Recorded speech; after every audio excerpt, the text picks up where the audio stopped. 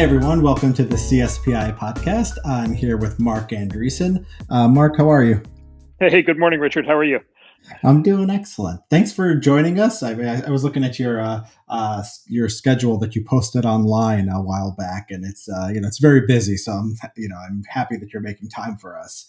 How do you describe? For most people, you're not going to need any introduction. But how do you describe what you do? What are you most proud of in your past? And can you just tell people a little bit about yourself? Yeah, so I've had three phases in my career. The way I think about it, so phase one was as an engineer, and software developer, and where I was lucky enough to be involved in the sort of formation of what we now call the internet. And so originally with the web, and then the web browser, and then a company called Netscape in the 1990s. That used to be famous, and some people still remember. And we kind of helped. We kind of helped what we now view as the consumer internet and the sort of business, internet, e-commerce, all these things kind of come into being in the 90s. And then phase two of my career was as an entrepreneur, and Netscape was my first company. And then I had two other companies myself, as I was a co-founder of after that. And then that ultimately led into my third career as an investor and venture capitalist. And actually, my fourth startup is my current firm, Andreessen Horowitz, which is a venture capital firm that invests, very broadly across technology of many different kinds, including a lot of internet technologies for sure, but also biotech and cryptocurrency and blockchain and many other areas of technology. And we've become a very active investor in the space. So I've kind of seen so far, kind of this industry and this world kind of from the perspective of a builder, a technology builder, a company builder, and now a financier. Yeah, so I mean, a venture capitalist, I think that's a term many people hear, and then they think it's such a common term that they often don't ask what it actually means or what it actually entails. I think a lot of our listeners are journalists or academics, so it's probably not a world that they're familiar with. Can you sort of explain what do you do as a venture capitalist? Yeah, so in some ways, it's the most cutting edge area of finance, in that we're funding the new things. We're funding the new technologies. We make the bets on very fringe kind of ideas, many of which don't work. We kind of work with typically very idiosyncratic, strongly willed, iconoclastic entrepreneurs, who are not necessarily the kinds of people who you'd want running, a giant, a big bank or something, but are the right people to build a new technology company. And so there's a real leading edge component of it. On the other hand, it is also kind of the original form of investing, right? Like, when Christopher Columbus wanted to mount the expedition, to I guess what he thought was India turned out to be America. He went to Queen Isabella, and she was basically his venture capitalist, right? And she basically fronted him the money. When the Puritans who kind of settled North America, wanted to set up their place here, they actually spent 20 years in the Netherlands, actually effectively raising venture capital to be able to finance their journey. There's actually this term in venture capital called carry. You'll hear so-called carried interest, which is the term that's basically the profit sharing that a VC like us gets when an investment works. That term carried interest actually derives from the whaling industry, like 500 years ago, 400 years ago. The relationship between a boat captain who was going to go out and try to hunt and kill a whale, and the investors who financed his expedition was literally structured like the deals we do. And the profit sharing was called carried interest because it was literally the percentage of the whale that the captain and the crew got to keep. It was literally the percentage of the whale that the ship would carry back to the back to the port.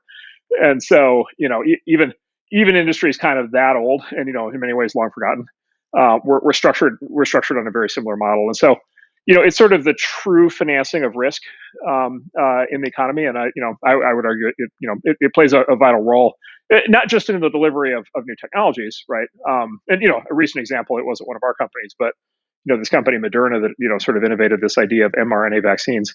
It was a classic venture capital backed company. Like, that company would not have existed without venture capital. That technology, these vaccines would not exist without venture capital. So so we kind of keep the train running in terms of new technologies, but I would also argue we keep the economy dynamic, right? Without venture capital, you would kind of have all economic activity over time consolidated into a very small number of big monopolies or oligopolistic companies. And there was a big fear in the American economy in the 50s and 60s, that was exactly what was happening. the American economy. And then, venture capital in its modern form really burst onto the scene in the 1970s. And it's really, I think, kept the American economy much more vital and fresh than it would have been otherwise. Yeah, that's interesting. You mentioned the mRNA vaccine. I mean, it's one of those ideas as I've been thinking about academia and peer review and becoming disillusioned with it, and reading people like Nassim Nicholas Taleb, who similarly, is very down on it. I think the mRNA, the story behind that is that they couldn't even publish it in a journal, right? It was just something too new, too weird. And then the journal editors were like, "This is strange." What they look for is incremental progress on something everybody knows. And then you go to the market, and it tends to be the thing that works and potentially can transform medicine. So I've been thinking a lot about just incentive structures, and there's this idea that sort of how do you think about sort of the relationship between sort of what venture capitalists do and then people sort of in the world of how do I put this, the sort of the intellectual world where they're not, they don't have as much skin in the game, and Taleb's terms. Do you understand what I'm saying? That I sort of see it as like incentives are becoming much more fundamental to my worldview, especially as I become disillusioned with academia. Do you think that's a good way to look at the world?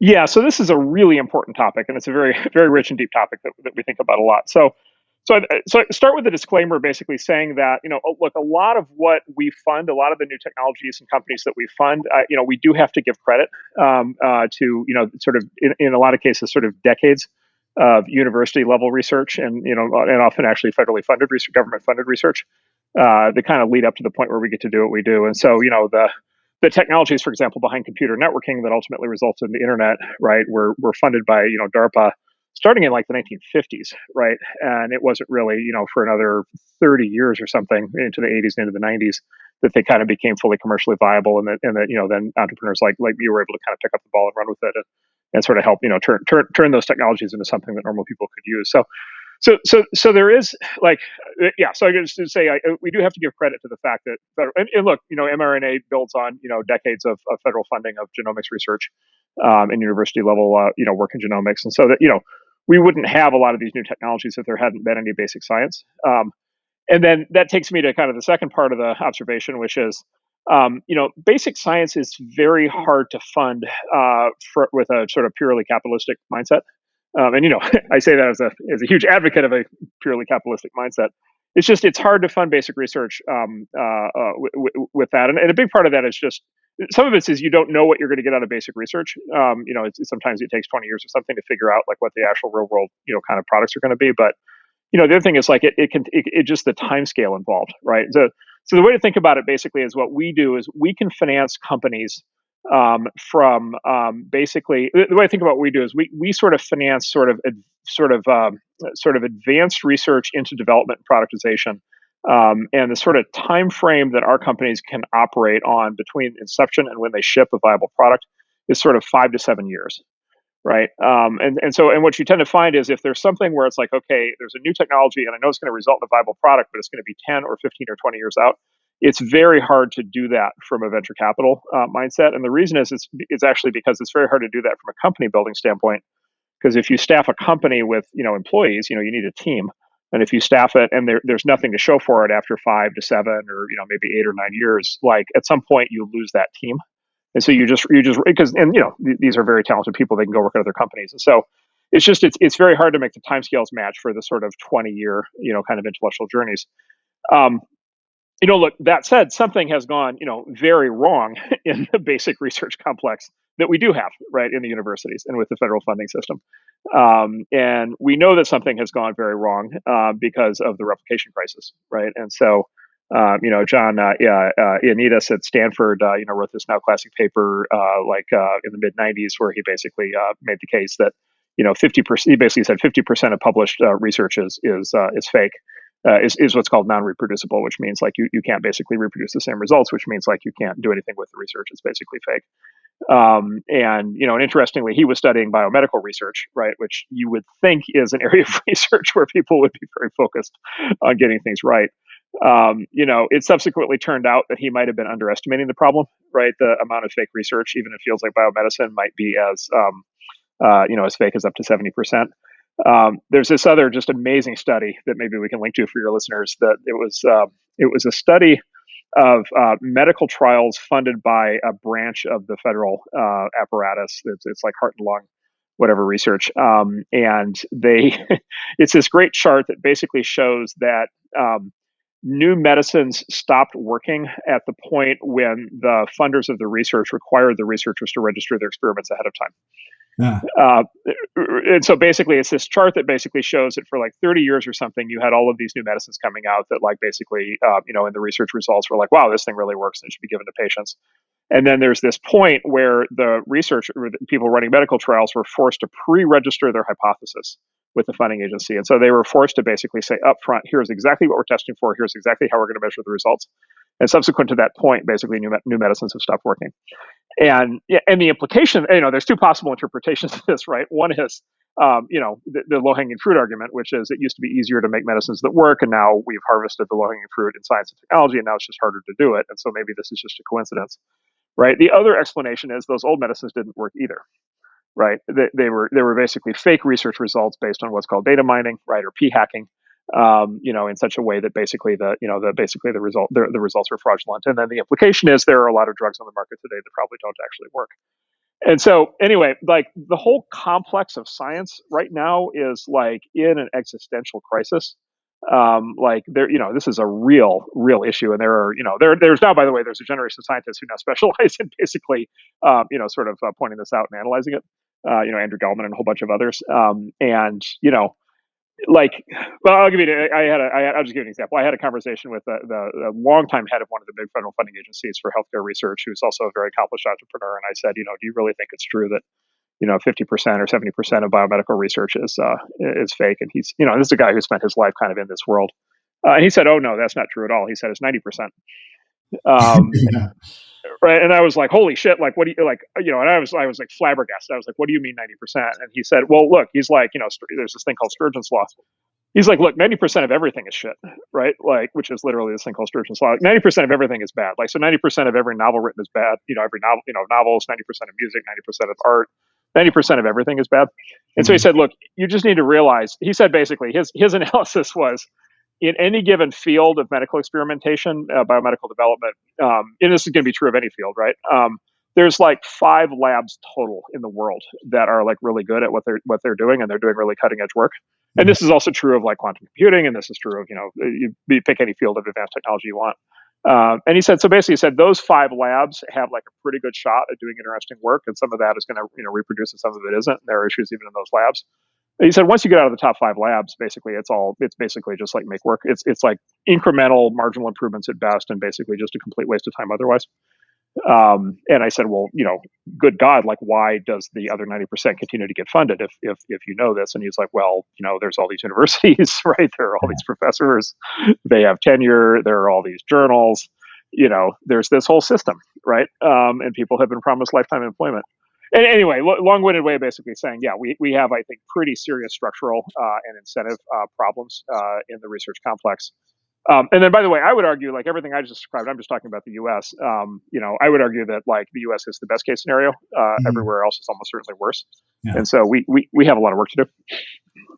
Yeah. So when you say that the 5 best labs are doing something, are doing things that are potentially important and interesting, do you think the limiting factor here is just human talent? Because when I read, my field is social science, I read political scientists and anthropologists, and the typical one writing 100 years ago, 50 years ago was just so much more insightful than the typical person in these fields today. And part of it is just there's a lot more people in these fields today, and on average, they're just not going to be as good. And the people who became, who went into these fields, 50 to 100 years ago, had something more to say, were doing more interesting things. Do you think it's just that? How much of it is just human talent, and how much of it is just the limit is just, the way we've set things up? Yeah, so I think there's a real argument, and this is kind of the most uncomfortable form of argument that people can make these days, but there is a real argument that there are just a certain number of like super elite people. There are just a certain number of people who are going to be like really good scientists, and it's just not that many. And it's some magical combination of intelligence and industriousness and honesty, right, integrity, and then curiosity, and then ability to recruit and build a team, and then ability to raise money. It's sort of this. It's a lot like being on. It's in some ways being a top researcher is like being an entrepreneur. Like you have to actually pull all these different kind of elements together. And there's just only a certain number of people who can do that. And so, like, I think there is something to that for sure. And then, of course, by the way, the implication of that is like, boy, from a societal standpoint, like we better really know who those people are, right? And we better really like give them room to run, right? And we really better make sure that they're not driven out, right? Like, right, because what's the worst thing if somebody's really truly a member of the elite, like, and they're capable of generating elite level results, like, if you wanted to demotivate them and drive them out of the field, right? What would you do? Right, which is you would surround them with mediocrity, right, and you would drown them in bullshit, basically. And so I think there's an element of that. I think there's something else though, and I think you put your finger on it right up front with incentives. So I think one way of thinking, I've been thinking a lot about this recently. So I think one way of thinking about this is basically, right, it's like there was this wave in the, I don't know, call it between probably the very late 1800s and then in the first, 2 or 3 decades of the 1900s. And it was kind of, progressivism at that time. And then it was, Wilsonian, whatever they call Wilsonianism and Wilsonism. And then it was, all the time and motion studies in factories. And then it was the rise of bureaucracy and administration. And then it was the rise of, kind of all the different ways that people have learned to organize military efforts being applied in other fields like business and academia, and then it was mass media, mass communication.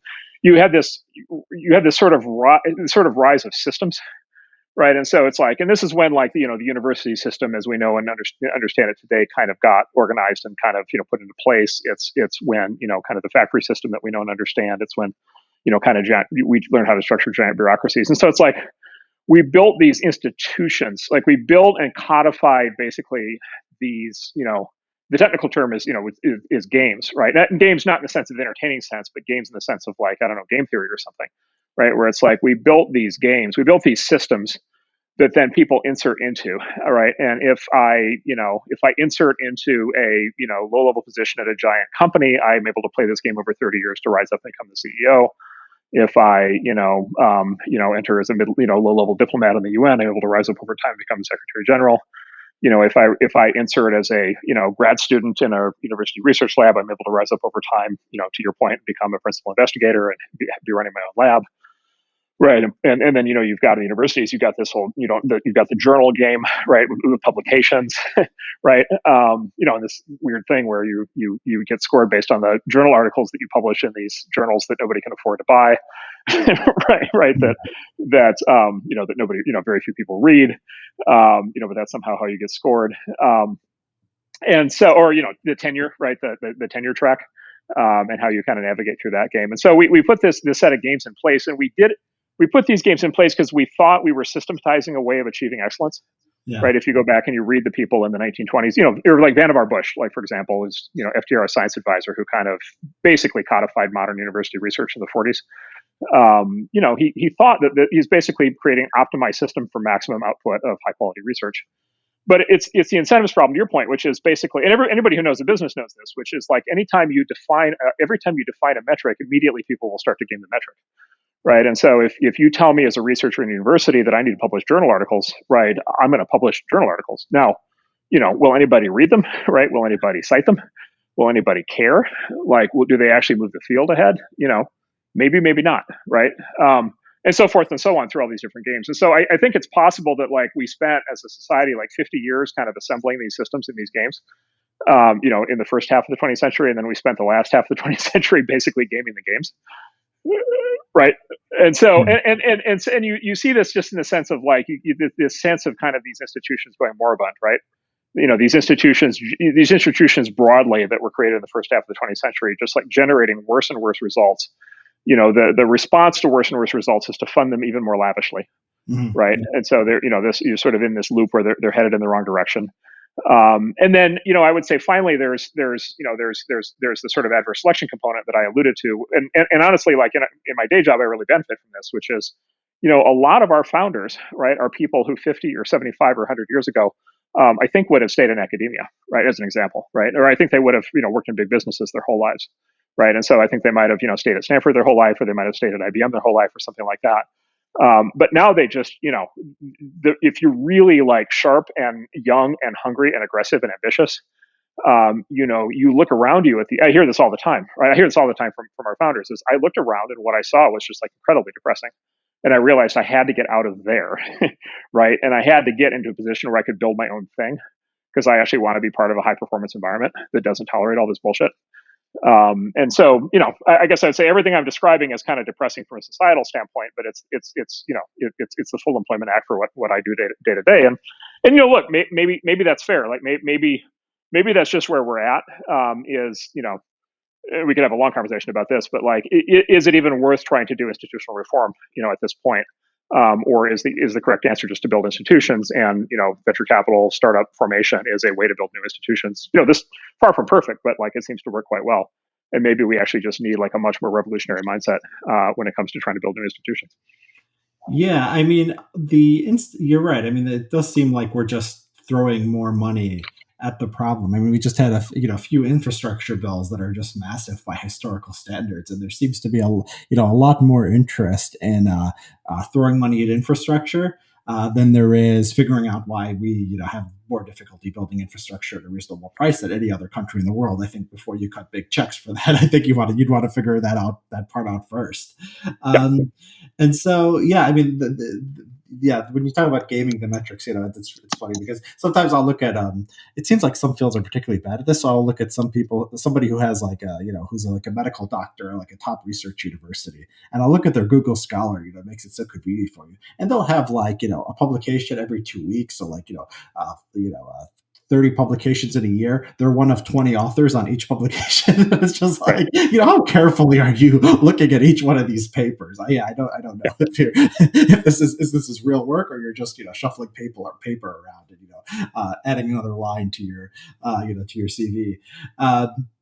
Yeah. So, I mean, how optimistic are you? There's ways things can get reformed. I mean, so like you think about the taxi drivers, right? So there was these people. They just bought these medallions. They had special rights. They could overcharge everybody, and that existed for a while. And that nobody passed a law that says, okay, anyone can become a taxi driver. What happened was Uber came around, and they actually violated the law in a lot of places, right? They weren't supposed to do what they did, right? The laws were there to protect the taxi drivers in place, but then they disrupted the industry. Now the industry is not doing so well. Same, something similar is happening with Airbnb. So when I think about the things that have been disrupted recently, it seems to be always a case of just technology coming along, and it's hard to think of places in recent history where there was just a vested interest, it was powerful, and then we just passed a law or we passed a regulation and we opened things up. Is technology pretty much the only way to do this now, or can there be something? Can we get something good through politics or regulations? Yeah, so what you see, my experience is the closer you get to the government, like the closer you just get to like kind of seeing how the government operates in conjunction with any given industry. And you gave two great examples there, which is real estate and transportation. But we could have the exact same discussion about financial services. We could have the same discussion about healthcare, like many other topics. By the way, housing. Um, education for sure. The closer you get, basically what you see, and this is not a new observation. Like this is, James Burnham probably made this observation originally, and Joseph Schumpeter also talked about a fair amount in the 50s. But and then there's this whole field of public choice economics that talks about this. But basically, what you see on the ground is just regulatory capture, like over and over and over and over again. And so, and it's actually interesting. What you actually see, I think, is you actually see kind of regulatory capture in both directions, which is the companies the companies that gain power, the economic entities that gain power in these industries early. They capture their regulator, right? And so they capture the government regulator, and basically what they end up doing is they basically end up implementing regulations in their industry that have the effect of basically cementing their market positions in place and preventing new competition. And the taxi medallion example is a classic example of that. So and that's sort of the classic definition of regulatory capture, right? Is the companies capturing the government. But you also see the other side of it kind of at the same time, which is you see the government capturing the companies, right? And the sort of this gets into maybe the Burnham part a little bit more, which is basically it's like I'll give you an example. Take the three big banks, right? So take J.P. Morgan Chase, Bank of America, and Citibank, right? In 2007, 2008, these were the quote too big to fail banks, right? And what everybody knew was the whole problem with the financial crisis Is that the too big to fail banks are too big, and so the obvious right answer is like we can never be, we can never tolerate having banks this big again because big banks mean systemic risk, and so therefore we have to make sure, which is therefore required the bailouts, and so we have to make sure this never happens again. The regulatory reforms that followed, right, were codified in this bill called Dodd-Frank. The big banks like complained endlessly about how horrible Dodd-Frank was, but if you look at the results of Dodd-Frank, the issuance of new bank charters in the U.S. dropped to zero, and then the three too big to fail banks got much larger. Right, and this is after all of the work that Senator Warren and like all these incredibly smart and animated and fired up people did. Like the result is the too big to fail banks today are much larger and more systemically important than they were before. Like the problem has been like greatly increased. The exact problem that the regulations were supposed to shut off, and so you kind of say from that, okay, then it's regulatory capture. Like part of that is those companies which have giant regulatory machines, right? Literally tens of thousands of lawyers and compliance people and government, relations people and huge, political fundraising operations. Like part of that is they've captured the government. Part of that is like those banks are now effectively, I think, de facto, subunits of the Treasury Department, right? Like they are very tightly integrated into the government. The Treasury Department gets to basically tell them what to do on any given day. They have to do it. I think one way to think about those three banks is they're no longer independent companies per se. You could more think of them just as the U.S. Department of Banking, right? Like if they were simply government agencies, if they were simply departments in the executive branch, like would we experience anything differently in terms of market structure or customer service or anything? What do you think they're doing on behalf of the? I understand what the banks are getting from the government. What's the government getting from the banks? They can arbitrarily, they can arbitrarily control and manipulate the economy through the banks. This is, the way the Federal Reserve implements their activity is through the discount window through to the banks. They can implement, various kinds of political, social, and administrative policies. They can just, deplatforming, kicking people off the financial system. They can, the U.S. Sanctions regime, which, by the way, I'm in favor of from a national security standpoint. I'm in favor of, but the U.S. sanctions regime is implemented through the banks. Global development, all the global, foreign aid, all of the, the ability for the government to kind of wield financial soft power all over the world. A lot of that is run through these banks, and so it's basically like they're arms of state power. And again, like not even so much, you could take a critical view of this, but I don't even mean to be particularly critical. It's just like observationally, this is what they're well. And in fact, we saw this during the financial crisis itself, because like how was policy made during the financial crisis? It was literally like a handful of senior officials with a handful of bank CEOs sitting in a room and deciding what they were going to do, right? And there's that famous scene from the book and the movie, where all the bank CEOs are called to Washington and they're all basically told that they're all going to take federal bailouts, right? And there's some of the bank CEOs are like basically screw you, I'm not taking a bailout, I don't need one. And the Secretary of the Treasury at the time was like, nope, you're all taking them. And sure enough, they all took them. And so it's a more direct level of control than I think people imagine. And again, I'm just picking banking as an example, right? It's like if Harvard were the U.S. Department of expertise, call it, would anything really change? If the Brookings Institute was the U.S. Department of Policy Analysis, would anything really change? Mm-hmm. If the New York Times was the U.S. Department of Information, would anything really change? Right. Right, and I think over time you just you could apply it to tech. If Google was the U.S. Department of Search, right? Like would anything really change? And this is this is kind of the Burnham argument, right? Which is the sort of regime is not just the formal government, right? The regime is the regime is the broader kind of kind of elite holding power. And that's expressed across a combination of governmental and non-governmental entities, and then they end up getting very intertwined. This is a little bit of a sort, talk to any VC or any entrepreneur, this is a sore spot, because like the way we experience this is just, constantly kind of running up against this complex. Yeah. And so we have some for sure self-interest in pointing this out into hoping that, over time it maybe gets a little bit less intense, but it's pretty intense. Yeah, I think, with reform, you're always sort of pushing against the grain, and people have a status quo bias, and there's always, concentrated interests. And I just try to think historically, like when that sort of bias towards the status quo has been overcome, and it's usually some kind of revolutionary ideology, like the communists take over, or ISIS or the Taliban takes over. They knock down all the institutions pretty quickly.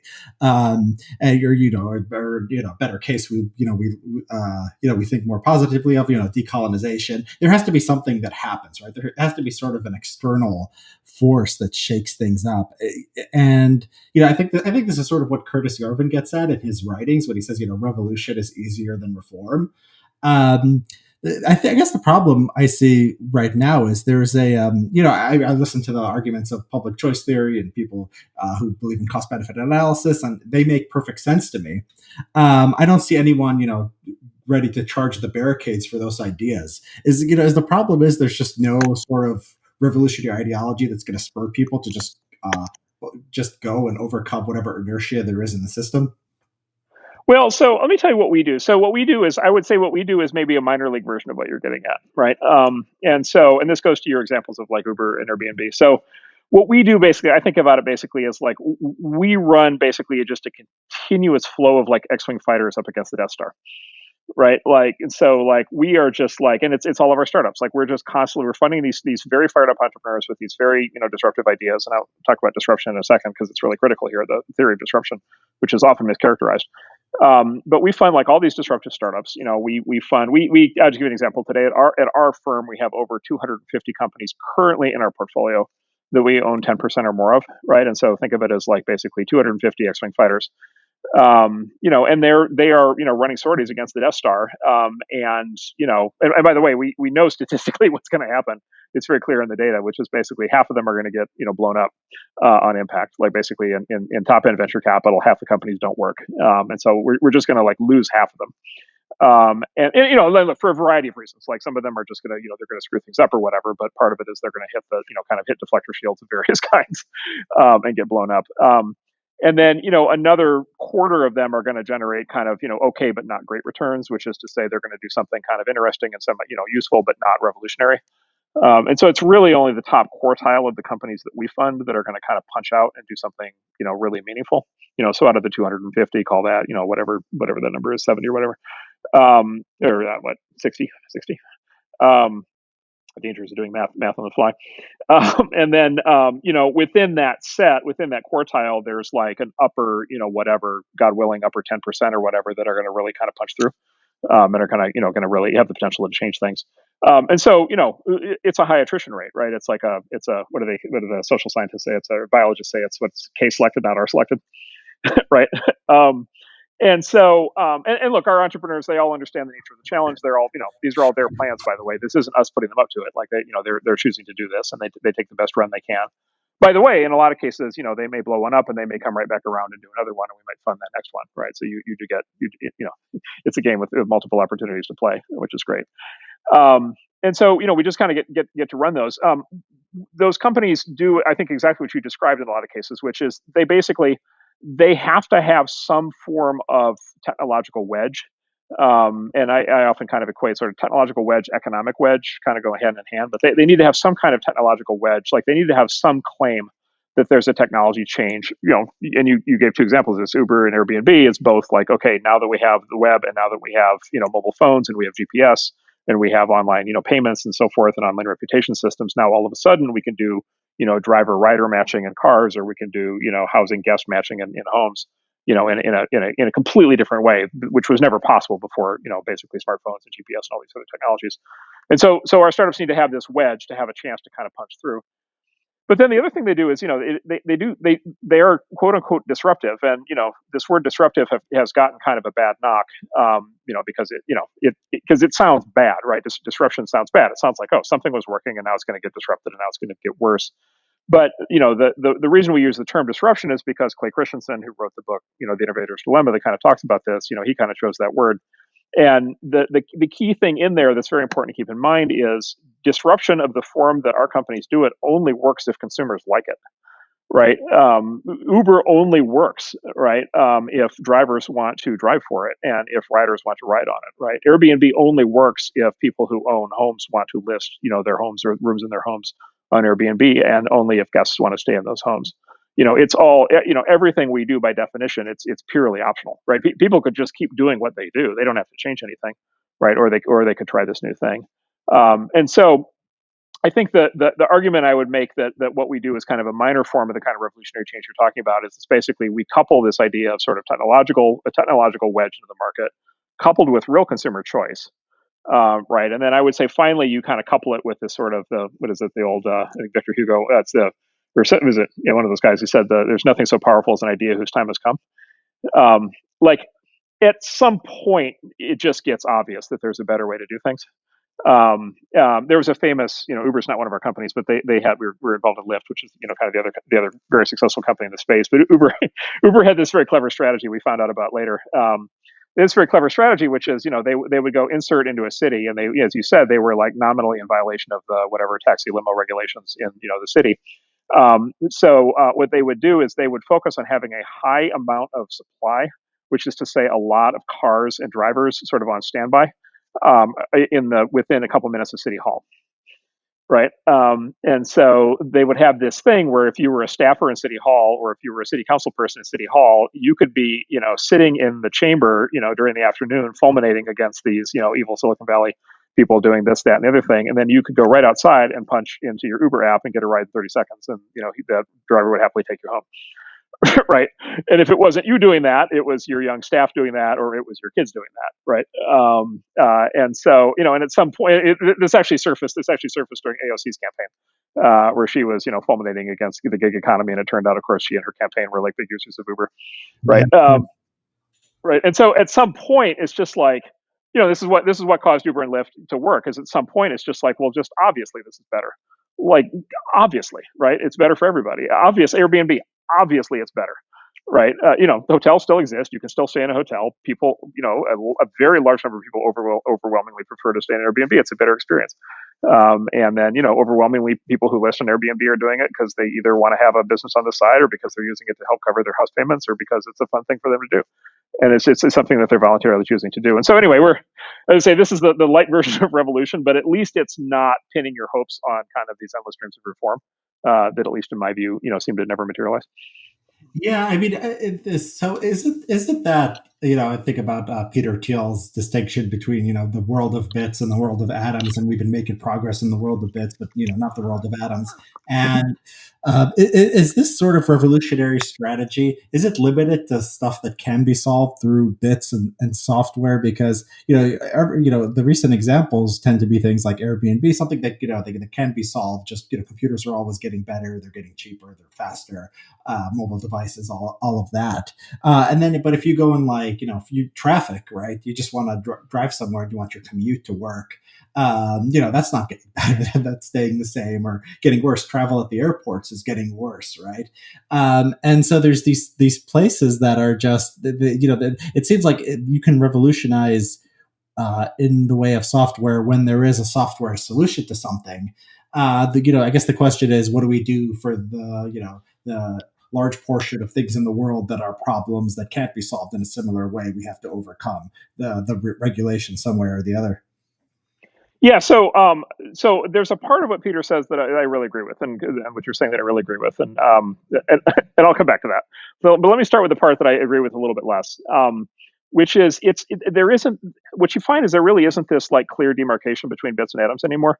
And I would argue that Uber and Airbnb are actually great examples of this. Like Uber is a software, like yes, the company Uber builds and runs a software app, but and things happen in that software app. When things happen in that software app, they directly affect the distribution of bits in the real world, or sorry, of atoms in the real world, right? And so, and if you think about this, there's a magic to this. Think about it as follows, which is there's a programmer at Uber who's typing in code right now, right? When he punches enter, all of a sudden, right, hundreds of thousands of cars today are going to drive to places that they would not have otherwise driven, right? And hundreds of thousands of drivers are going to drive and pick up passengers they never would have picked up before. And those are, the drivers and the cars and the passengers are all made of atoms, right? Right. And so you have this kind of sort of like software controlling the world in a lot of ways, right? Like you have code that then directly expresses itself in the real world and causes the real world of atoms to reorganize. And obviously Airbnb is another example of that.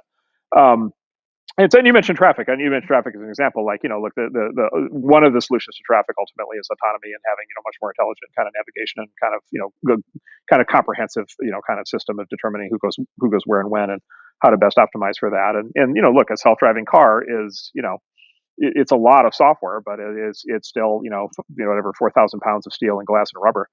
And it is going to go different places based on what the software says, and the distribution of traffic is going to change based on what the software says, and as a consequence, things like rush hour are going to change. And so, I guess the more kind of optimistic view is we have software not just as this tool to just build software. We have this basically software, which is like this magic ability to kind of do things in thin air, if you will, in the world of bits that actually then affect the world of atoms. We'd have a huge discussion like this is playing out in warfare, right? Military strategy all over the place. It's playing out in lots of industries. Let me give you an example of. Let me just give you kind of an example of a company. Let's see. Actually, I probably shouldn't give that example. There are a lot of examples of companies that we have that I could go on at length about where they're doing something in software, but the ability to kind of translate into real world activity is, I think, fundamentally greater than people think.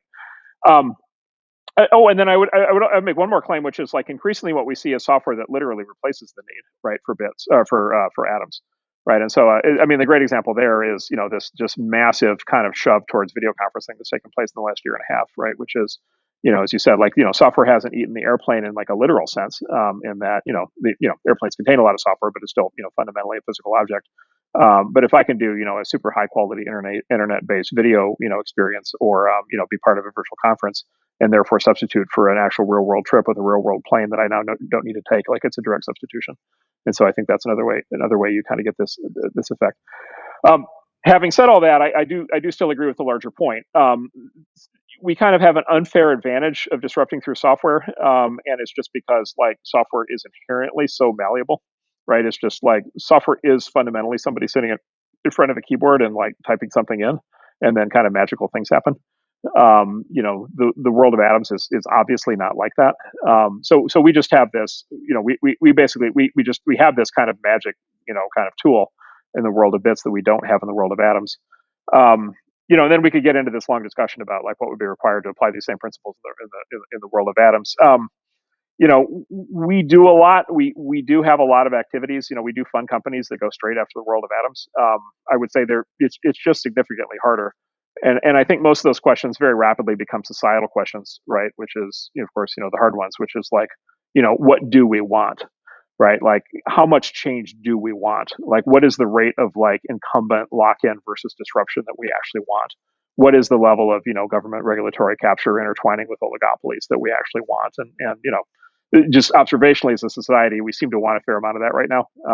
And honestly, like I don't know that I'm in a position to really change that. So I think people like me are primarily reacting to that as opposed to actually really changing that very much.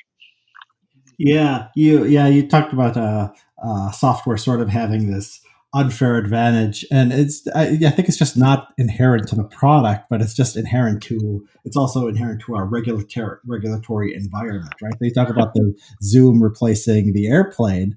A huge consideration for me on whether I take a flight is just how inconvenient air travel has gotten. Right, most of the time, time spent in the time spent in the air is a minority of the time that it takes to travel somewhere. Right, you've got to go through security, you got to get there a few hours early, you got to wait for the delay, you got to wait for your car. It's just not it's not very good, and it's getting worse. It's gotten worse since 9/11. It's some places the airport's now the only place you have to wear masks. I don't know if that's ever going away.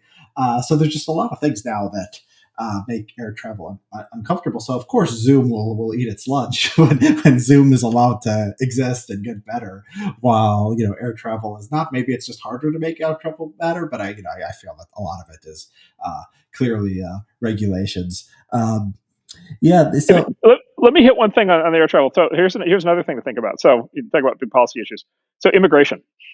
Um, and this is not a statement on like immigration pro or con or whatever, just like observing that this is like obviously this is like a big societal political, policy issue in the current world. And so, traditionally, if I wanted to work at a company in another country, I would have to go to that country, right? And I would have to be an immigrant from my country and an immigrant, at least for a while into the other country. In a world of remote work and Zoom and Slack and every other online system we have now for doing remote work via software, I can now work for people anywhere in the world can work for at least companies doing any kind of knowledge work, right? And it's just like immigration policies apply to the atoms of the human being; they don't apply to the bits, right? And so I can go to work for some other company anywhere in the world. I can just work there. I can, if it's a remote first country or a remote friendly company in whatever country that is, I'm a fully integrated employee. I may never travel there. I may never have to travel there. And it's like one way of interpreting that is basically this world of bits increasingly makes, for example, immigration policy just like a completely like a much less interesting topic. Or let's just say it makes immigration policy much less powerful in terms of actually restricting the flow of quote unquote people. Because even though I may not be able to physically enter, virtually I can and I do, and I have and I will, and I can, basically live my life in this other country virtually, at least from an economic standpoint.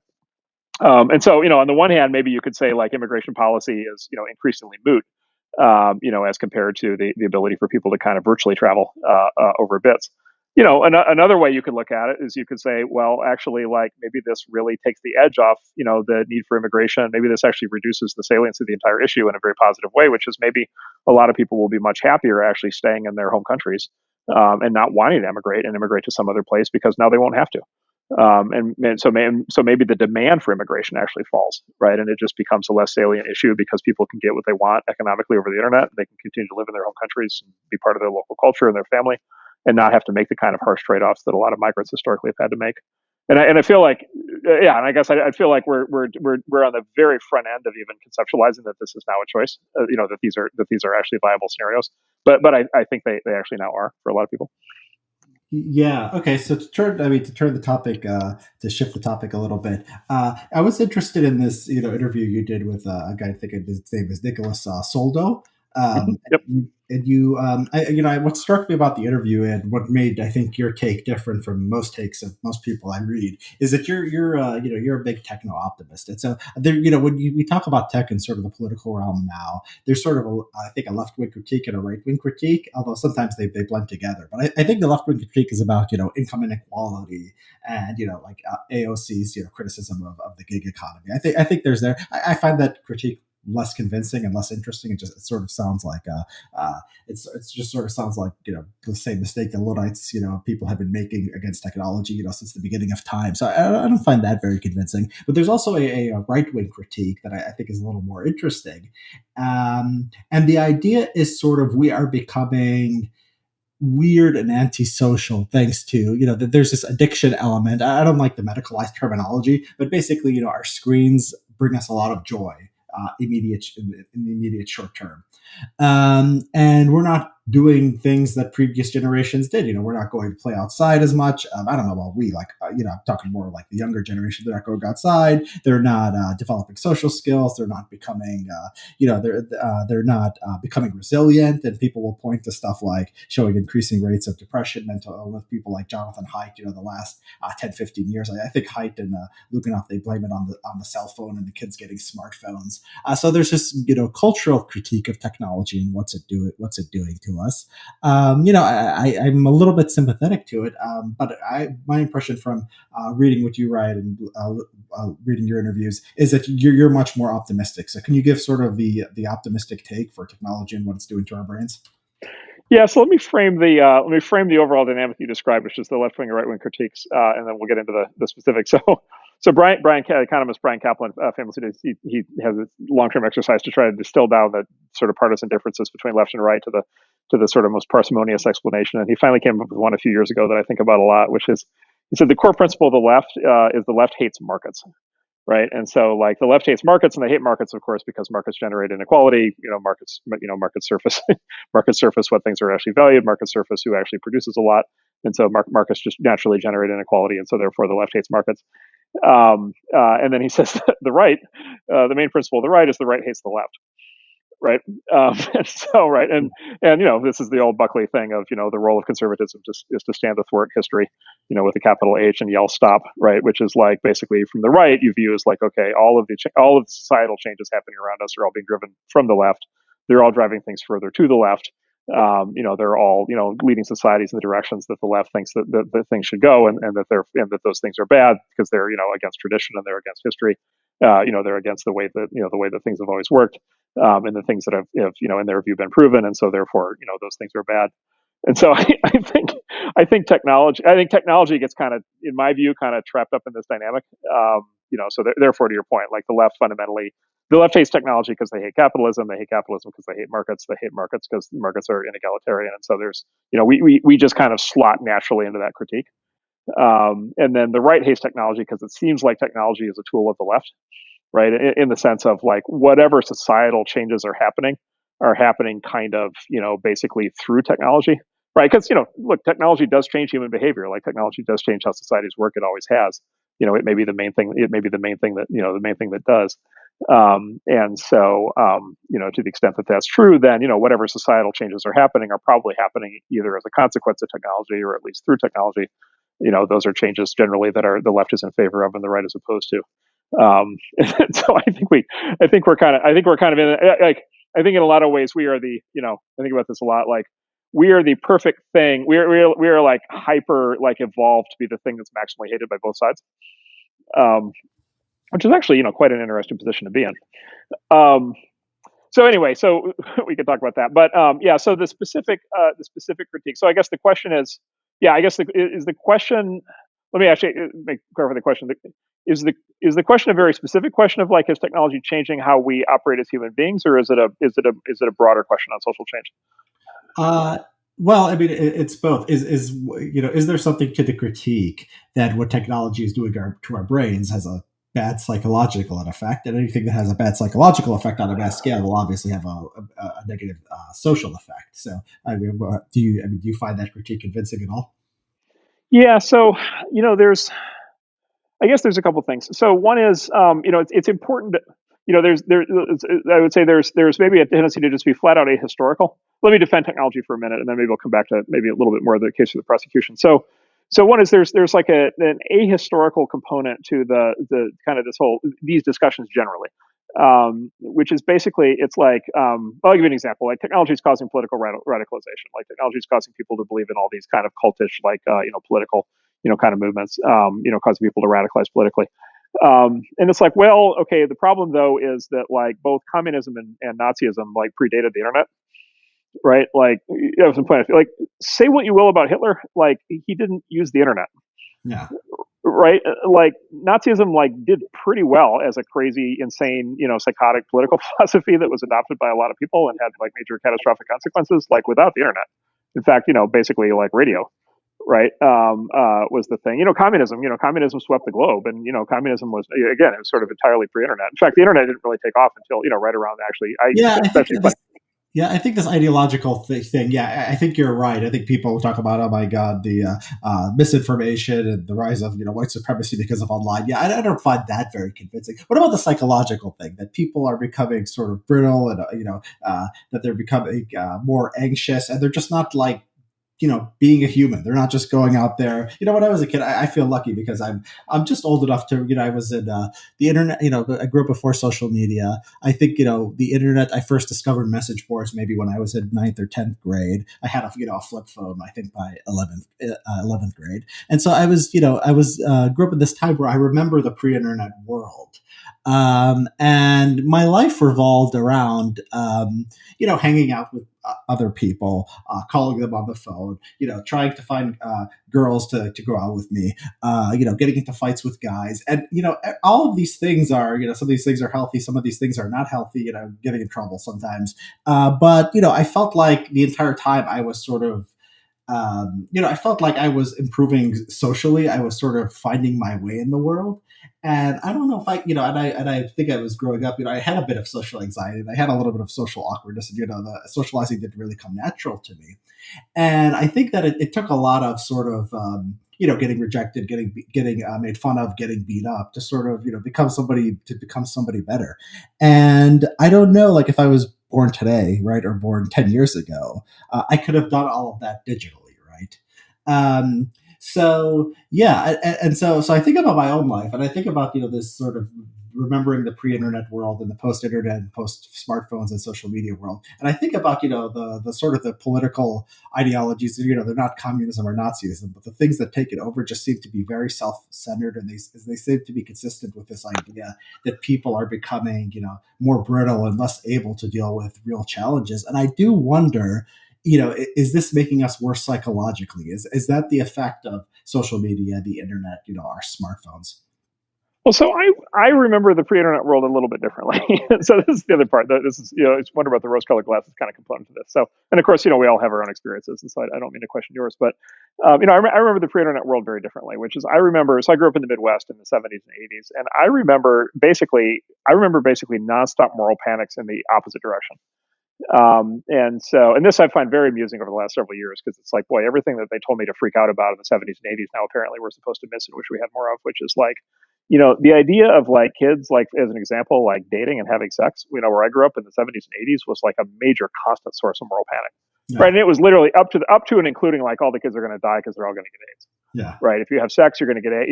If you're a straight person, you have sex, you're going to get AIDS, you're going to die. Right. And so like it's a death sentence for teenagers who have premarital sex. Right. I mean, that was like a serious panic. There was also a very serious panic about child kidnappings.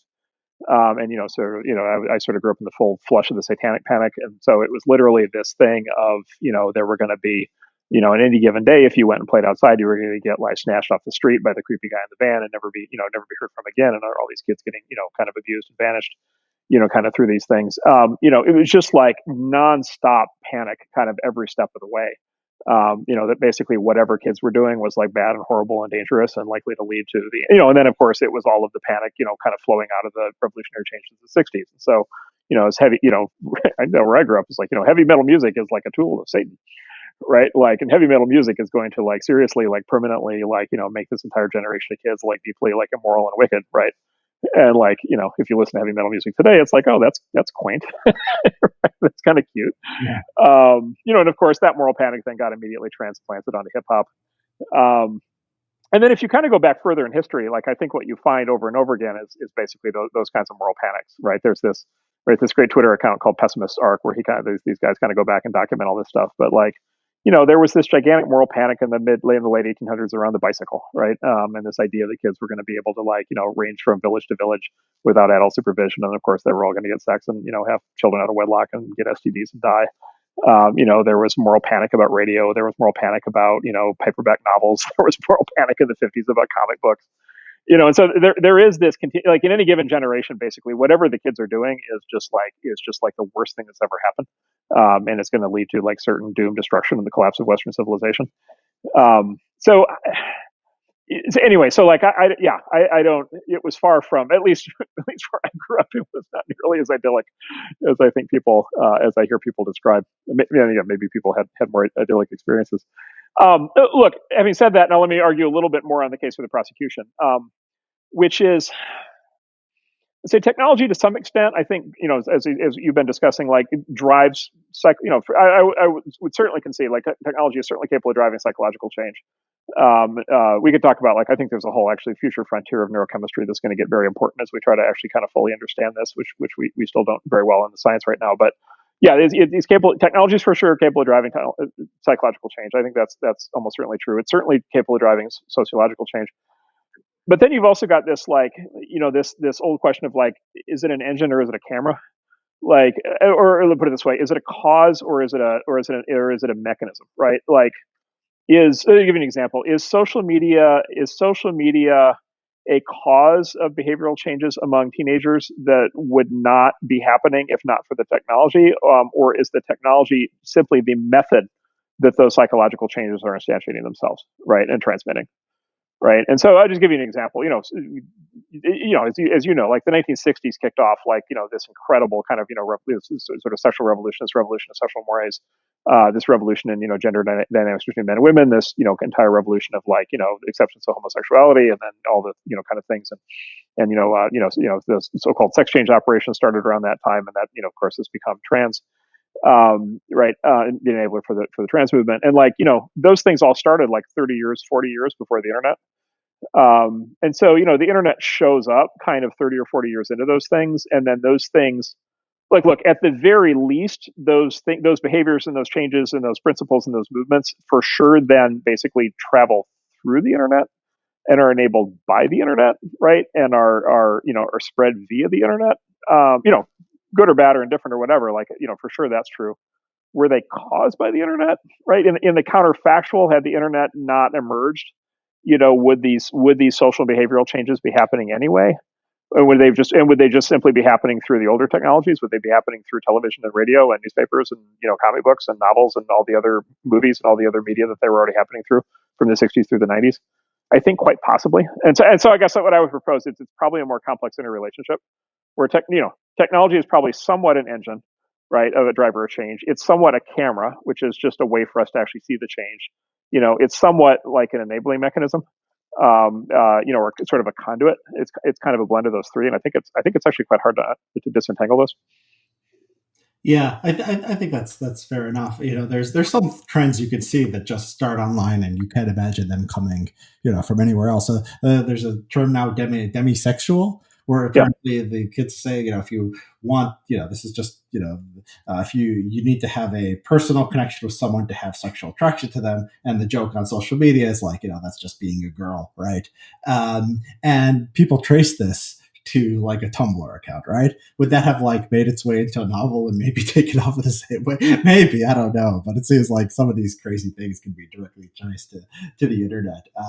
But Well, let me give you an example. Here's something I think about in a related kind of way that maybe would apply back to this, which is, um, I think I think people forget how boring things were before the internet.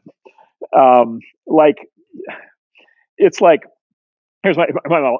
People really like to be into things. Like, people like to have a thing, right? That people like to have something that's like not just like go to work, come home, collapse on the couch, go to work the next day, take it, whatever, change the baby's diaper, today, change the baby's diaper tomorrow. Like, people like to have a thing, right? And once upon, if you go back thousands of years, the thing was, the gods of the tribe and the family and the tribe and the sort of whatever cult you were in as part of being a part of a family or a tribe or a city. If you progress through to the last 2,000 years, it's the big religions. People got super into Protestantism and Catholicism and Judaism and Islam and so forth. And then the rise of mass media, they got super into movies and entertainment and music and all kinds of things. And then some level of sort of fringe political movements or actual cults. People got super into Scientology or something like that. But like, they were kind of these big movements, and kind of a lot of other people were in them, and it was never that distinctive and unique and original to be I don't know, Catholic, or something like that, right? It wasn't it was a marker of identity, but it wasn't like a marker of uniqueness in the way that kind of modern man maybe looks for. And so if so, so there used to be a term. There used to be a term for activities that people would do to pass the time before the internet. The term's almost completely died, and the term is hobby, right? Like, people used to have hobbies, right? And so when I was a kid, it was like, well, what do you do when you get home from you go to work, whatever, you get home, you go to school, you get home, you have a hobby, and it's like, and if you remember what hobbies were like when I was a kid, it was like stamp collecting, right? And it was like coin collecting, it was like ham radio, right? And it was like, I don't know, whatever, woodworking, right? And it's just like, and like, I don't know, maybe there were a few people who were like super into woodworking or super into like stamp collecting, but like, I went through my phases and all these things. And after the first like couple months, it's just like, okay, it's a bunch of stamps in a book. Like, this is boring. I'm on to the next one. Like, the internet, I think, has just like killed hobbies. Like, they're just dead. Like, they're just all dead. They're gone. The concept doesn't even exist. It's actually funny. The concept of having a hobby died at the exact same time as the concept of quote unquote going online, right? Which is a phrase that you heard constantly from like 1994 to like 2005. You get home at night and you go online, right? And the big internet company in the 90s was actually America Online, right? So it's like a big deal. America's going to go online. And then, starting in like the mid 2000s, it's like people stopped going online. Why did they stop going online? Because we're online all the time, right? The idea of not being online is now the weird thing, right? And so hobbies died when everybody went online. And so it's like, okay, what replaced hobbies? Right. And of course, to your point, what replaced hobbies basically, I think, is basically internet movements, right? Internet community. Let's say the benign way to put it would be internet communities. The somewhat more intense way to put it would be internet cults, right? And so now, what are people into? They're not into stamp collecting or coin collecting. They're in, and they're into, they're into, socialism, right? Online, or they're into MAGA, or they're into QAnon, or they're into, the Trump Russia conspiracy, or they're into Bitcoin, or they're into, Elon, or they're into, you just, That stuff sounds awful. That sounds like being into MAGA, QAnon, or wokeness and RussiaGate instead of stamp collecting. Is that an improvement? Oh yeah, yeah. But like literally, I think there's a big. I think actually that I would actually say like literally that's what's happened. And I'd say, look, you could paint a picture of that says that's horrible. These are destructive things, and like this is these things everybody's being driven crazy and all this stuff. You could also say it's not boring.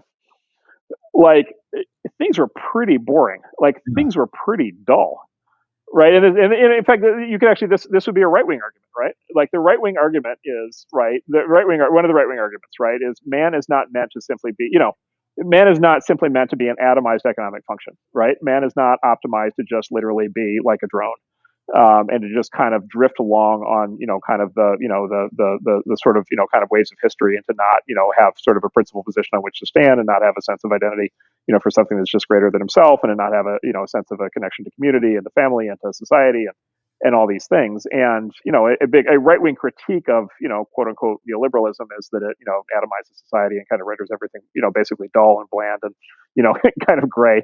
Right. It's a Nietzschean concept of the last man, or, the new right calls the bug man. And like, okay, so, what's the opposite of the bug man, right? It's like somebody who's like fully engaged and energized, right? And of course, what are they engaged and energized in? What is the ultimate thing to be energized about? It's capital H history, right? Like it's like, okay, like the actual future unfolding of human events.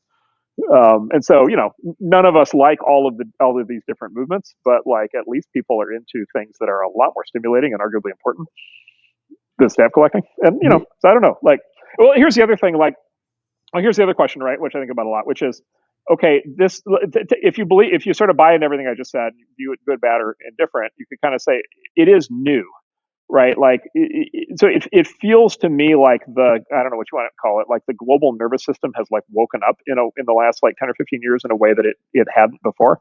Like people just feel like a lot more, I don't know, energized.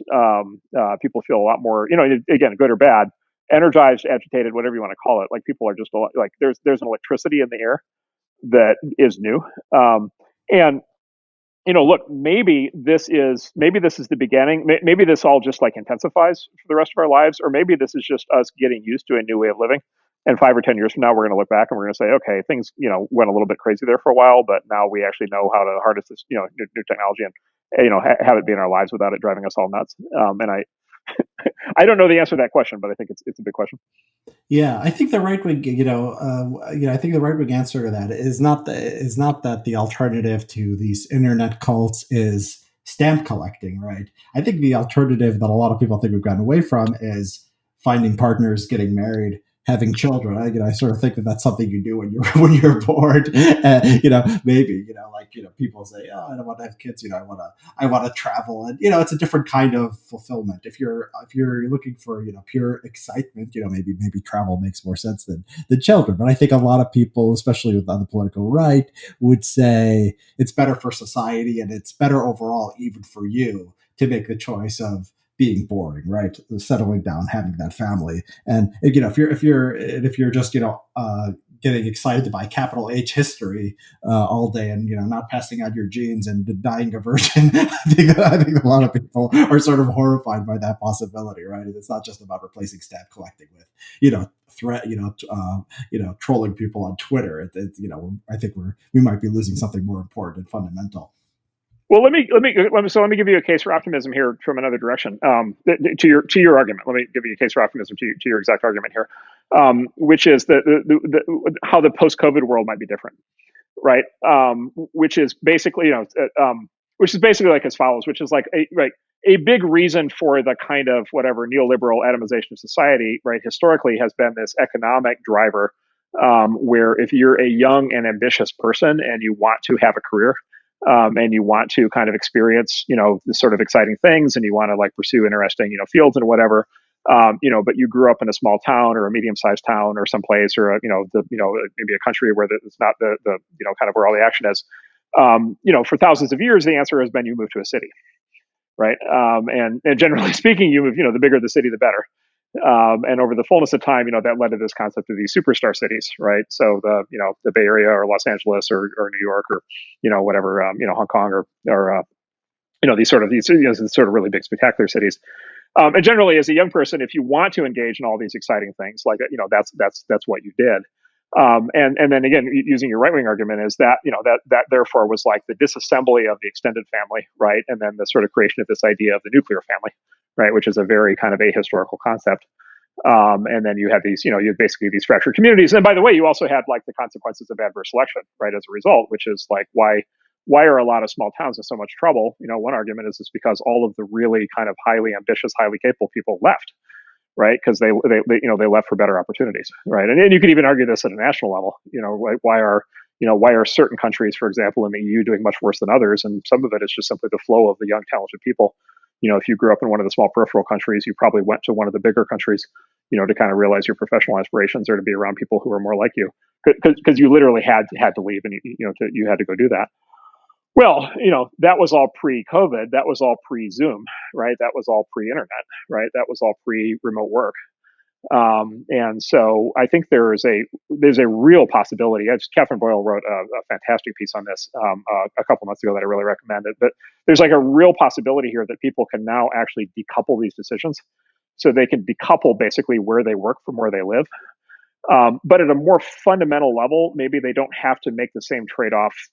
They don't have to make the same trade-off kind of at all in the extreme case, which is I can continue to live in a place where, maybe I'm with my extended family. Maybe it's a place where it's actually, by the way, I could afford to buy a house, right? It's a place where I could actually afford to be part of like a more traditional community. Maybe it's actually a place where I can be around more people who are like me from a religious standpoint or philosophical standpoint or political standpoint, right? I could be part of a community of people who are, co-religionists, which is also an idea that really fractured. And I can have sort of a thriving personal life that has more of, let's say, the traditional values that you're arguing in favor of. But because I now have the internet, I also have access to all of the excitement and all of the employment opportunities and all of the chance to interact with interesting people, and I can do all those things through the screen, right? And so it could be that this technology is going to unlock this new way of living. It's going to kind of be the best of both worlds. Yeah, that's interesting. You made me think, about, I don't know how much you've been paying attention to what China's doing with trying to improve the birth rate, but they just removed the 2-child limit, right? They put it at a 3-child limit, and it's not that simple because they're sort of doing a more holistic sort of policy approach. So, for example, they're going after the tech education sort of tutoring industry on the grounds that it makes parenting expensive. It plays on the fears of parents. So they just wiped out a lot of market value of all their biggest companies, and they're focusing on stuff like housing. Even the propaganda is in line about families and children for the nation. So you have this sort of centralized approach, and I'm not saying that's good or bad, but it's an approach that I think is interesting to sort of look at and see if that works, or if you're just pushing against the grain of technology and it doesn't work. And maybe with remote work, we sort of get the same thing through decentralized means, right? We're doing a different kind of experiment, and that could potentially be a benefit of work from home. I think you're right on that. That's an interesting possibility. Yeah.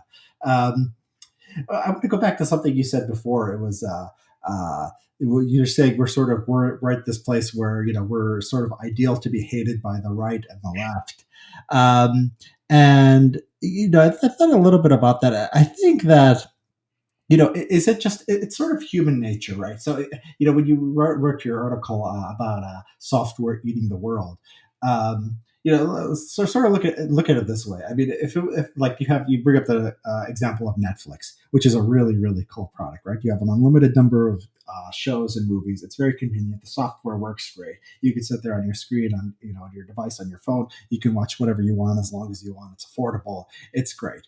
And that's a great accomplishment, but people don't really feel it in the same way. So like I was thinking of, like, if you had an alternative, an alternative world where instead of Netflix, you invented like this transporting tube, right? That you sometimes see in science fiction, where they would just take you straight to the movie theater, right? Or something like that.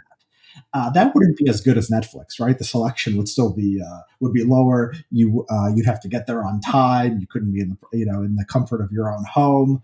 But I think people would be grateful for that, and they would see that as a great innovation.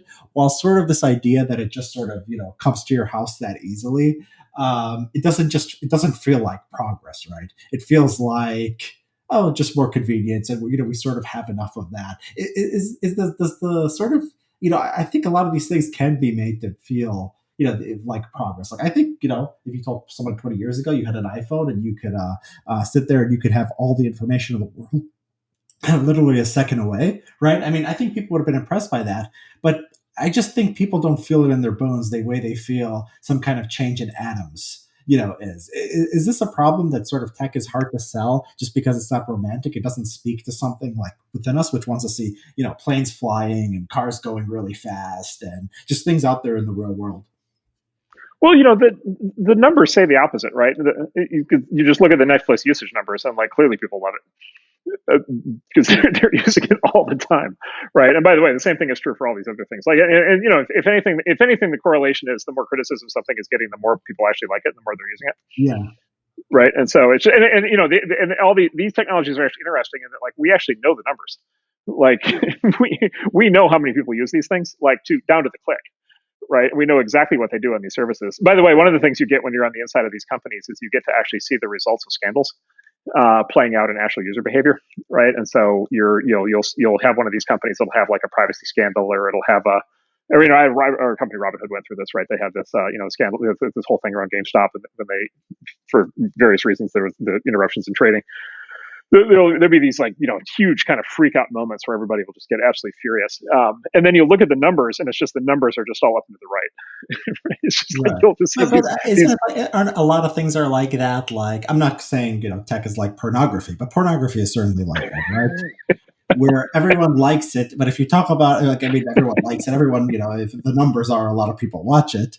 But, if you talk about it politically or whether you think it's good for society, I think most people say it's not. And so the question is, do we brush aside that okay, just let's look at what people do. Let's not look at what people say, right? That's just cheap talk. Like, we could just discount that. Or does it indicate a real problem, right? I mean, I think that's the question. Well, but it's also, it could be a real problem for society, but it's also a real problem then to figure out what to do about that, right? Because then what you're basically saying is, okay, people are exercising choice. And look, you can blame it on blame chemistry or dopamine or whatever, but like, people are making a choice. There's no gun to somebody's head, to force them to do any of these things. These businesses would be a lot easier if you could force people to use them. I can tell you can't. And so, then what you've got is a very large number of people, for the big services, you've got hundreds of millions or billions of people who are exercising, at least some element of free choice to do these things. You can see in the data that they're incredibly highly engaged. You can see in the data that the scandals, if anything, just cause people to use them more. And yet you're going to have this the challenge then is you're going to have this top-down view that this is bad. And so therefore, X, and when X translates into something that is a kneecapping or a denial or a restriction, right? Now you're in territory where you're fundamentally in prohibition territory, right? Like, you're telling people like, okay, I know you like beer, but like, we're all going to stop drinking because it'll be better for society. Yeah, but everyone has something. Like, very few people will say legalize all hard drugs, right? Very few people will say, maybe you do, but a lot of libertarians will bite that bullet and say whatever choice is good. But everyone sort of draws a line somewhere, right? So it's not that crazy to say that about tech compared to anything else. Yeah, and look, I mean, there are, it's obviously there are, so there's all the, there's all the speech debates, right, about, free speech debates that apply to like the social networks, for example. But like, look, it doesn't matter how free speech somebody is. People are not going to be in favor of actual terrorist recruitment. They're not going to be in favor of like actual, like, whatever white nationalist, sort of violent movements. There are, they're not going to be in favor of child porn. Like, there are always restrictions. And so, obviously then there's a big dispute to have to where to draw those lines.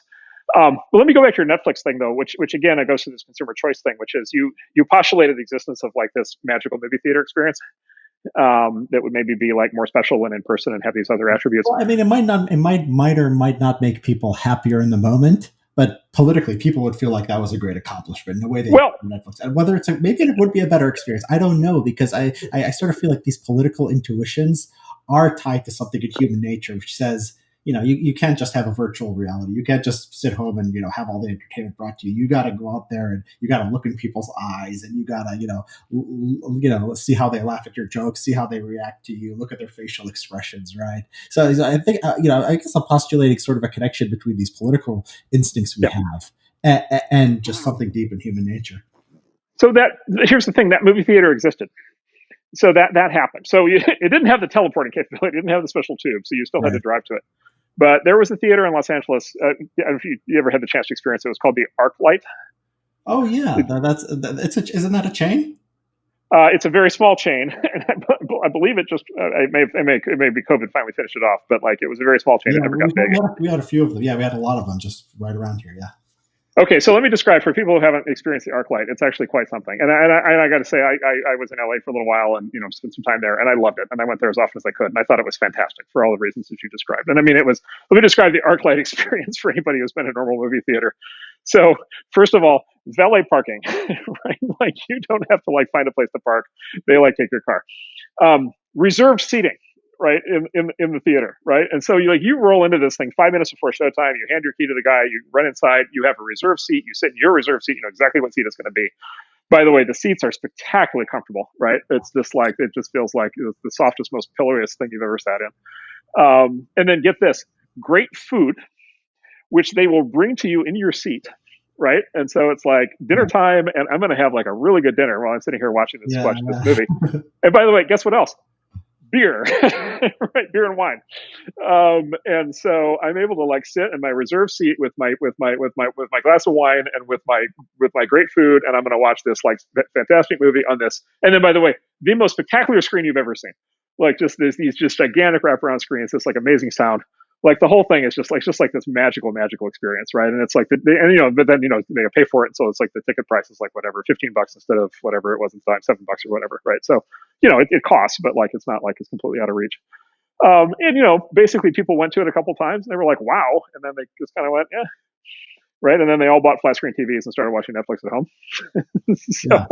So again, this gets to the thing of like, okay, it's a theory. It makes sense. It has existed. It was prototyped. It got a certain way. It didn't really take. Okay, so that so they didn't get into the right the then what question, which was like, okay, should it have been Hungary's been in the news this week. Should Hungary be subsidizing ArcLight theaters? Yeah. Maybe. I don't know. Yeah. Well, I mean, okay. So I guess so yeah. I mean, I do take the people's choices, the results of that very seriously.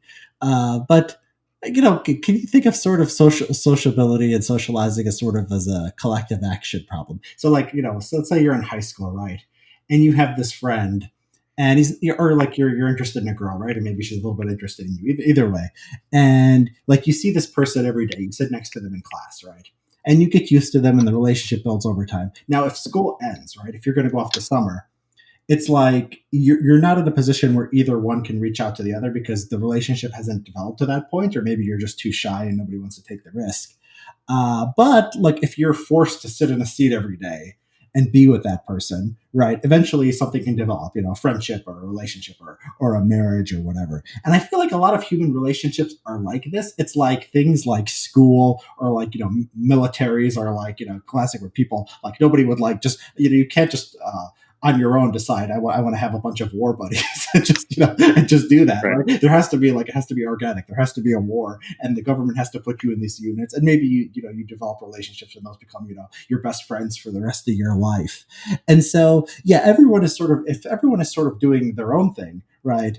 You never get those kind of relationships. But if you have like institutions and ways to just sort of force people, sometimes they're wasteful. You don't want to start a world war so people can become buddies with their war with their platoon, right? You don't want to do that, but you do it demonstrates sort of the point that it's not just the sum of our individual choices. Sometimes you need institutions and you need situations that sort of facilitate human relationships and communication, right? Any like 1980s movie where like a guy is like pining after the girl is sort of like this. He just happens to see her in his life, right? If he's making aggressive, attempts to see her over and over overtly, he's a stalker, right? But the fact that, they go to the same school or they hang out on the same beach or whatever, it makes it appropriate. And, there's a way to pursue that relationship. Does any of that make sense to you? So you're gonna hate my counter argument on this one. You're just gonna this is gonna be where you're gonna blow your top. So, everything you described does not match my experience growing up. So I remember something quite different, and I grew up in a very small town, rural environment. But basically, what I remember is like there was almost nobody there. I always wonder how many people who had the kind of experiences you're talking about got very, very lucky about where they grew up. And they got very, very lucky about what kind of school they were in, and they got very, very lucky about. I was in a normal, even lower middle class school, not like not like an elite institution, not a big city, just a Well, let me normal. ask. Yeah, well, let me ask what town was. Let me ask this: was there a college in your town? No, there was not even close. The people who went to my Okay. school, it was a south suburbs of Chicago, and most people I went to school with probably never heard of the University of Chicago. I mean, that's how Okay, non elite it but was. it was in Chicago. It was in the south suburbs, yeah. Okay, so suburbs of Chicago. Okay, suburbs of Chicago. I did not grow up in the suburbs. Okay, now I'll pull the Middle America card. You grew up in the city. I did not. Um, so, in a rural environment, it's not what you're describing. In a rural environment, it's basically how to put this. It's basically there's almost nobody to match with, right? It's like the real world matching algorithm you're describing is sort of dependent on there being like a critical mass of possible matches, right? So that like statistics can like play out, and so that there's like some level of choice. Like most people do not grow up in that kind of environment, and I think that would be true for sure still in the U.S., and I think that's certainly true all over the world. This is this concept I talked to Well, I think there's a lot Nicola of people Solo. growing up in suburbs of major metropolitan areas than there are in rural America. I think my experience probably is not that atypical at all. I don't know. Well, like I said, it didn't match mine. So there's a concept I talked to Nicola Solo about to make it conceptual for a second. So this concept I use called reality privilege, right? Which is it's just like growing up in a place where there are like a lot of interesting people to talk to, and there are a lot of interesting people to potentially mate with, and there are a lot of people who have shared interests, and a lot of people who can come together around shared topics and have the kind of bonding that you're describing. Like I think that's far from the universal human experience, and I think certainly on a global scale, like that's definitely not the universal human experience. And so I would argue there, like the internet provides what you're describing to a much greater degree than I think you give it credit for a much larger number of people than you think. And you might argue, and you may well argue that it does so in a way that's like fake and ersatz and not as good and whatever, and we could have that discussion. But like it does do that. And so, look, the ability to be a kid today and be able to be on the internet and have an interest or have a passion or have something that you want to talk to people about and be able to instantly match with a critical mass of other people who have the exact same interest is like, I think like a fundamental technological and societal breakthrough that's like greatly underestimated because that was not the case where I grew up. And then, by the way, same thing on mating. Like, look, like yes, I think that there's a real argument in favor of like the historical patterns for how people found mates. And of course, you all know, like, the right wing argument on this is, a lot of this couples to the decline of religion, right? Because historically, like one of the fundamental purposes of church was actually for actually development of mating. Opportunities for people to be able to meet each other with shared values and be able to get married and form families. So sort of a trusted kind of safe environment within which to do that. And so, that probably started to decline pretty seriously, way before the internet, right back to like the 50s or something, when organized religion really started to decline. But there is this new way of doing that now, right? And there has been this, in the relatively recent past, quote unquote, internet dating went from something that's like weird and scary and creepy to something that's like absolutely mainstream, and that huge numbers of relationships and marriages and children are being generated through all these different online matches. And we I'll give you an example. We just had our first Clubhouse marriage, that I'm aware of, right? Which is like two people met on Clubhouse and like then met in real life and then got married on Clubhouse, right? And so, and yeah, look, you could argue that like, look, it's like if it's technologically intermediated, it's going to be like, I don't know, hyper optimized, or it's going to have the wrong criteria, or it's going to cause people to think there's too much choice or whatever. But like, it is nevertheless a way to do that matching. And it is a way to do that matching that for a lot of people is a superior way. And it is something that's actually playing out in large numbers. And so, I don't know. It's not a refutation of your argument. It's maybe an argument for there is some silver lining on the other side also. Yeah, I mean, there's a lot to this, and whether we like it or not, or whatever we think, we're gonna go through this experiment, so we'll see we'll see what happens. Yeah. Well, there's also just the sociological observation that the people who seem to be the most animated about the corrosive effects of the internet on our society seem to spend an awful lot of time on the internet talking about the corrosive effects of the internet on our society. So. I don't know. I mean, the other, no, it's point taken. I just think, Yeah, I mean, I don't want to come across as someone who hates technology. I think, I sure. think we don't give enough credit to Google and Amazon and, the knowledge at your fingertips and the entertainment options. It drives me crazy when people criticize Amazon when, I'm a regular user of Kindle, Prime, Audible, right? Like, a huge portion of my life is plugged into Amazon, not mentioning, getting things. And I just think it's a good thing. My concerns are sort of are very narrow, while people have more sort of broader. I guess human nature is changing and not work, and people aren't getting married and having kids. I guess that's not that narrow. I guess that's a little bit more. That's a little bit broader, but it's not all aspects of technology, certainly. Um, Well, just the other thing, Yeah, if go we ahead. want to spend a moment on the getting married, having kids point. So, like, look, the other thing is like the getting married, having kids thing, is a problem. Again, it's one of these problems that predates the internet, right? Like, you know this, right? If you look, or confirm for me this is right, that basically there's this broad pattern in the last 50 years that as societies across the world get wealthier, the birth rate drops. Yeah, Is that fair to say? that is true. Although we have reached new lows, and sometimes you do see an uptick in certain places, but generally you're right. It certainly can't be all blamed on the internet. I think the better data that maybe you can blame on the internet is just the number of people who have had sex. Well, this is sex in the last year. There's a sex session. I don't know if that's directly correlated to how many kids you have. You could be a virgin and then get married and then have a lot of kids, but there is some indication Right. that people are just turning away from the idea of sex and relationships. This seems to be particularly bad in a place like Japan, which is sort of a place that's really plugged into technology and video games and all that. And the numbers of virgins and people who don't want any relationships are sort of off the charts. So you're right. There is this thing called the demographic transition. At the same time, at the same time, there does seem to be something a little bit different going on in the last 10 years or so. Well, let me come at it. Let me blame something that's not the internet for this, right?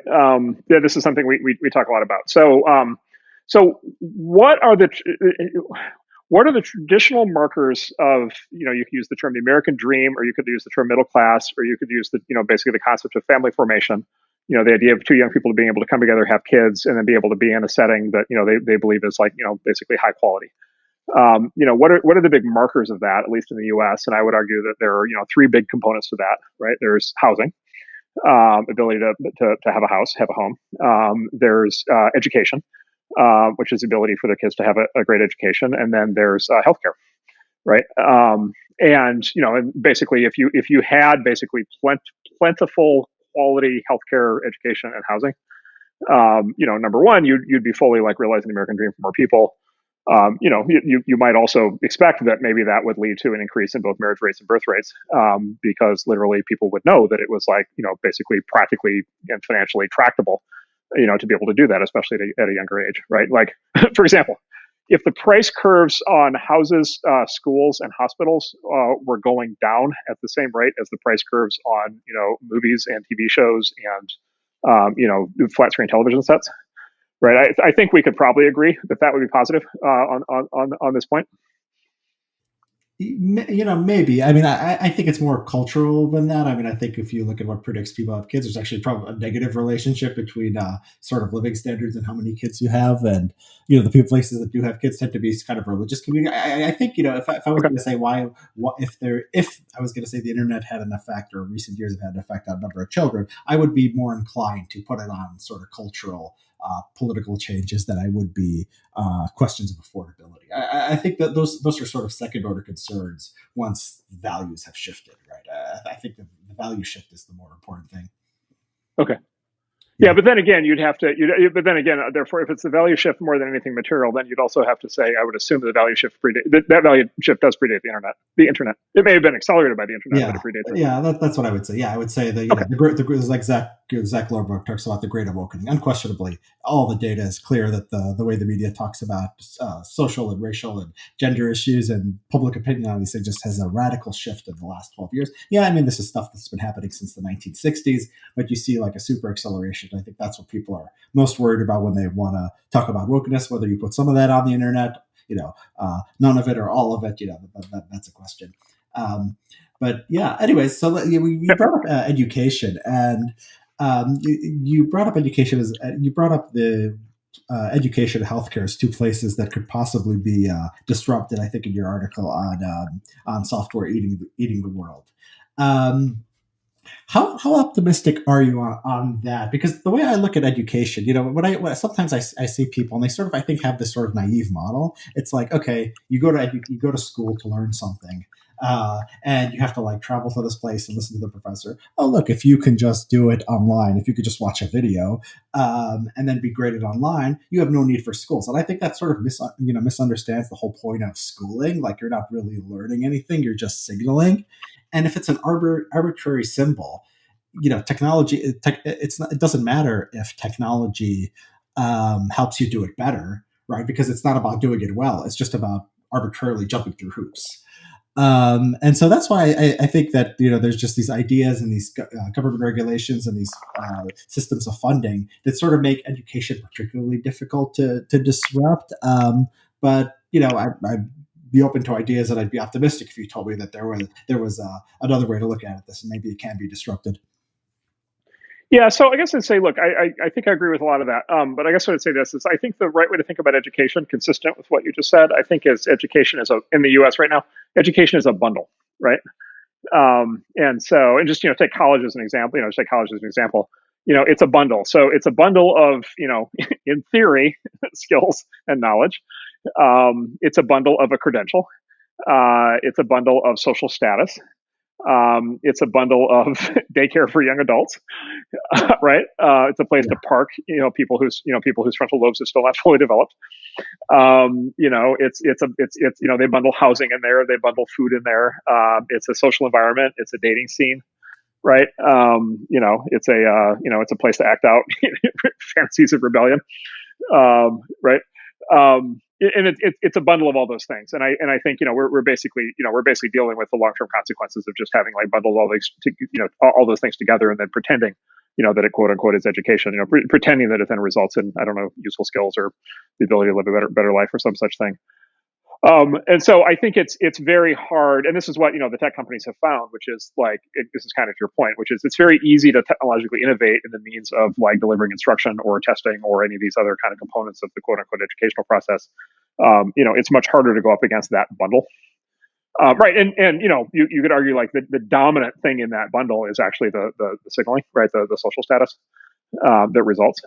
And this is the Brian Kaplan argument, which you often hear people talk about with like the sheepskin effect, right? Which is somebody who completes 7/8 of Harvard does not make 7/8 the money as somebody who graduates, right? They make half the amount of money as somebody who graduates, right? So either all the skills in education are being loaded into that last semester, or it really is the diploma that is the signaling value as opposed to the actual skills. So look, this is my X-wing fighters up against the Death Star kind of thing, which is kind of education startups coming out of tech. I think run kind of continuously up against this bundle or kind of matrix of value, and then all of the very heavily freighted societal implications, and all of the, by the way, all the other heavily freighted also governmental policy aspects, right? Like try to create a education startup that goes up against a system where the incumbents have access to unlimited federal student loan funding for free, right? Yeah. Like talk about a hard challenge. Like there's a hard challenge, right? And so look, I think that's all true. And so from that standpoint, I think at least in our world, you want to be somewhat cautious about the degree to which you think this stuff could just be revolutionized through kind of a better user experience or something like that. Look, on the other hand, was it Herbert Stein, I think, who said that the famous line was, if something can't go on forever, it will stop. Like at some point, things just reach a level of absurdity. This goes back to our Uber discussion a little bit. Like at some point, it's just absurd. At some point, it's absurd to stand on the corner like an idiot waving for a taxi cab. Yeah. If you can just like punch up an Uber or a Lyft. At some point, it's just absurd to have your kid go, spend $80,000 a year for 4 years to get indoctrinated in a fringe political cult that results in basically being unemployable, right? Like, like at some point, I talked to a friend of mine. Oh God, a friend of mine who's it's a well-known Silicon Valley entrepreneur, very successful. Very, by the way, left wing. And I was asking about his kids, and he's like, yeah, it's like my son, this, that, and everything. He's like, yeah, my daughter Yeah, my daughter went to Brown. Now she's 25. She lives in Brooklyn. She stopped bathing and she hates me. I was like, I almost asked him, like, who pays for a credit card, and I decided to Yeah. stop the conversation. I didn't want to get into it, right? And so, like, at some point, it's just like, okay, like, really, seriously, this is what we're doing, right? And at some point, as a kid, and of course, we see the other side of this in tech, like, like in tech, it's now kind of boomeranged around, where like it's arguably a better credential in tech to have dropped out of Harvard than it is to have graduated.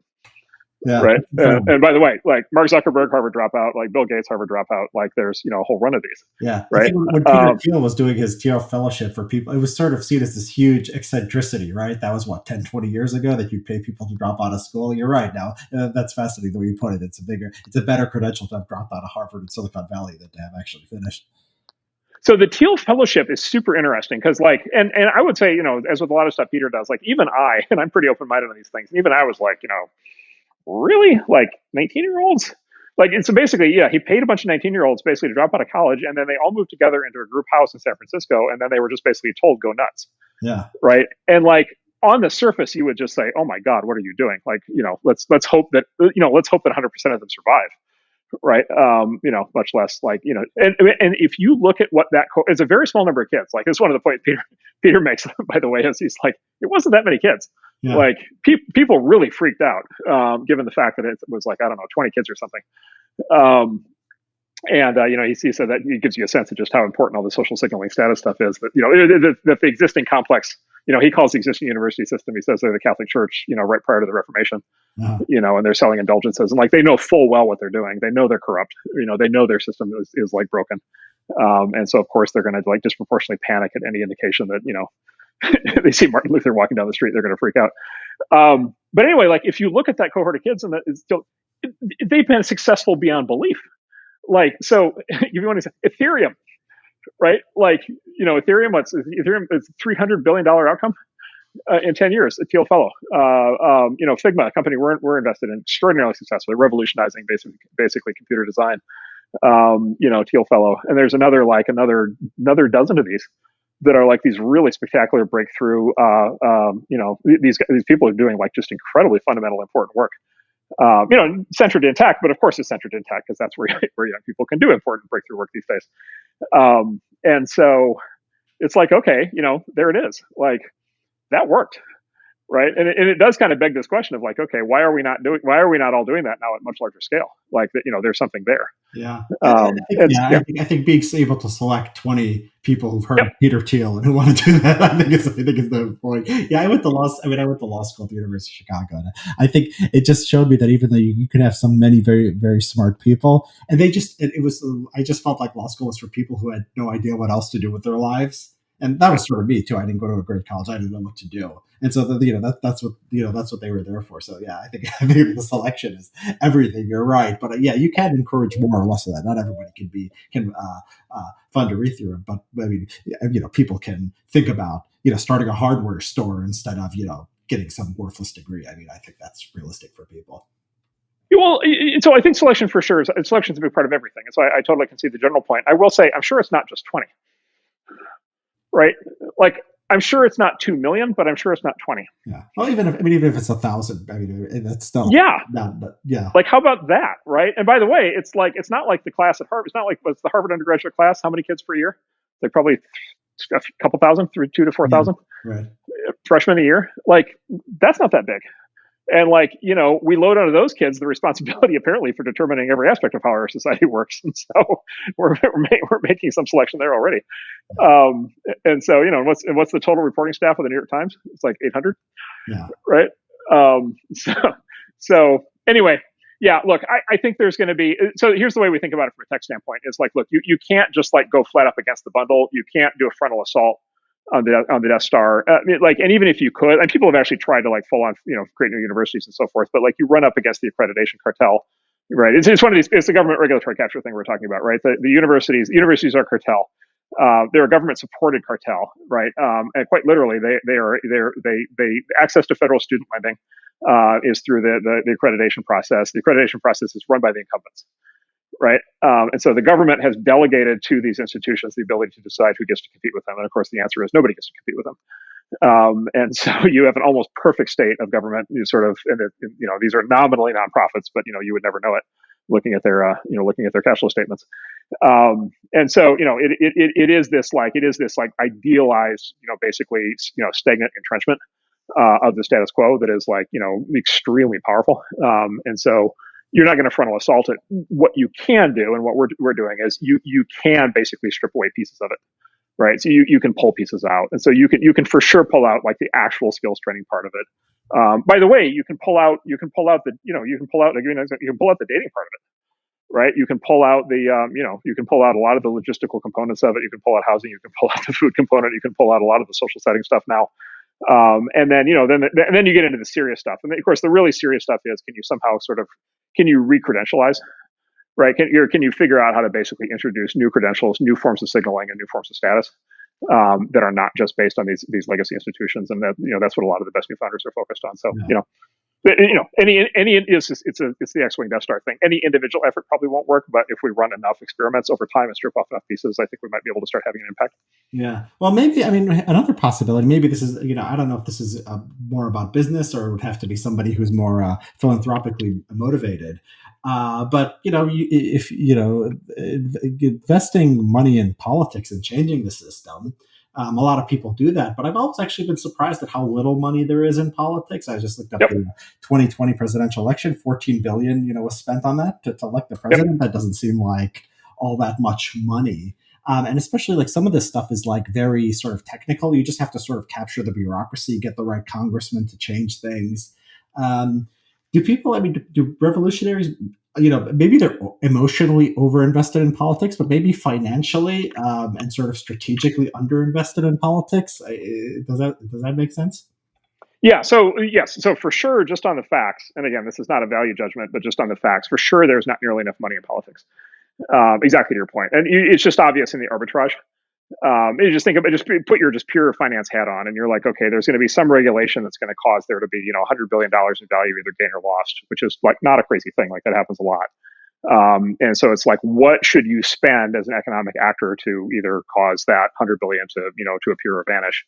Well, maybe not 100 billion, but maybe it should be more than a million, right?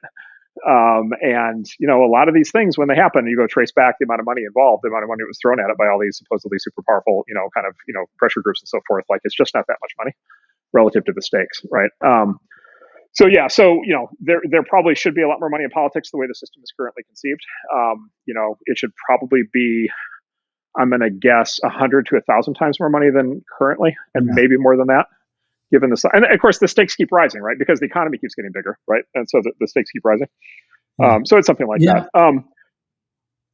Now let me say, I think we are the worst of everybody. I think the tech industry is the worst of every industry in every field in engaging in politics. And I think that some of that is probably just like flat out arrogance. But I also think part of that is it goes back to the selection point of like who's in tech. And the people who are in tech are, basically, right. So what is tech? Tech is the new fringe idea.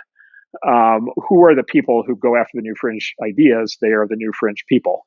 We are iconoclastic. We are disagreeable. We are utopian. We believe in, first principles thinking. We don't believe in reinventing the wheel. We believe in, superseding the wheel with, nuclear powered spaceflight or something. If somebody says, here's how something has always been done, we say, well, then obviously we're not going to do it that way. And then the other thing with tech that's really interesting is every other industry other than tech stabilizes, right? So at some point, you just have a certain number of like movie, production companies. You have a certain number of car companies. You have a certain number of oil companies. You have a certain number of universities, right? And it's just a certain number of banks, and the industry just like stabilizes.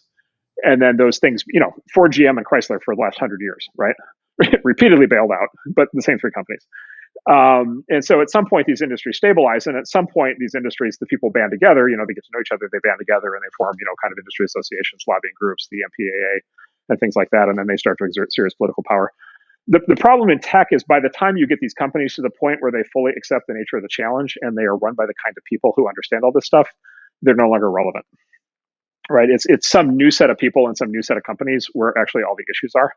And then those people are, again, these like super iconoclastic, disagreeable types that don't want to team up together and don't want to do the traditional thing. Mm-hmm. And so we in tech, just like my entire career, for 30 years now, I've been watching this happen. Like we so underpunch our weight relative to any other industry. It's just ridiculous. I can also tell you, I've concluded it's hopeless. I have Yeah. totally stopped spending time on it. I will not engage anymore because I will not have these conversations anymore with people where it's like, yeah, I know we should do this, but we're still not going to.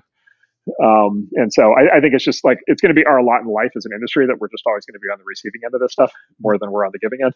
And look, that just like increases the pressure to like get the technology right and to actually like fly the XWing fighter in the exact right, kind of vector through the gap in the shields. And so that's what we're focused on instead. Yeah. Well, I'm interested to hear you say that you've sort of given up on tech ever being good at politics, because I thought your project, the website, the a16z.com, is it, where you have these sort of articles, is a sort of way to sort of marry the tech industry with people who are maybe in journalism or the social sciences, or the are sort of thought leaders who are have a more tech positive view. Do you see the mission that way, or am I getting that wrong? Yeah, we touch on that. We touch on that.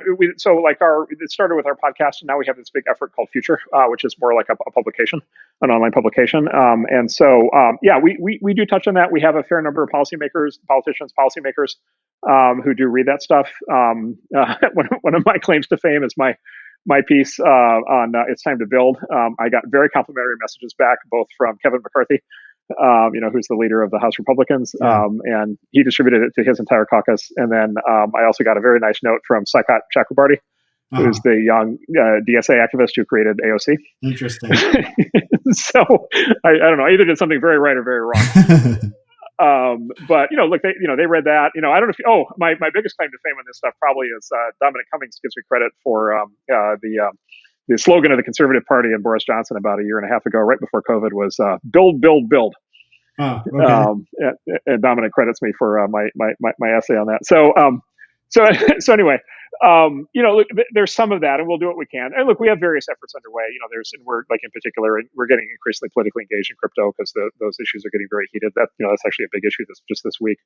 So we have people in our firm who are working on this hard, and we're going to support them in doing it. I just think this is not. Yeah, for the reasons I already described, this industry is not going to solve its problems of dealing with regulation of government through political activity. Like it's not going to be the main solution. It's the tip of the spear is going to be technological change, or it's not going to work. Yeah, that's all fascinating. So yeah, mindful of your time, Mark. I know you're busy. Let me just ask you, just as a close, what are you excited about in America? I heard you say you're optimistic about it.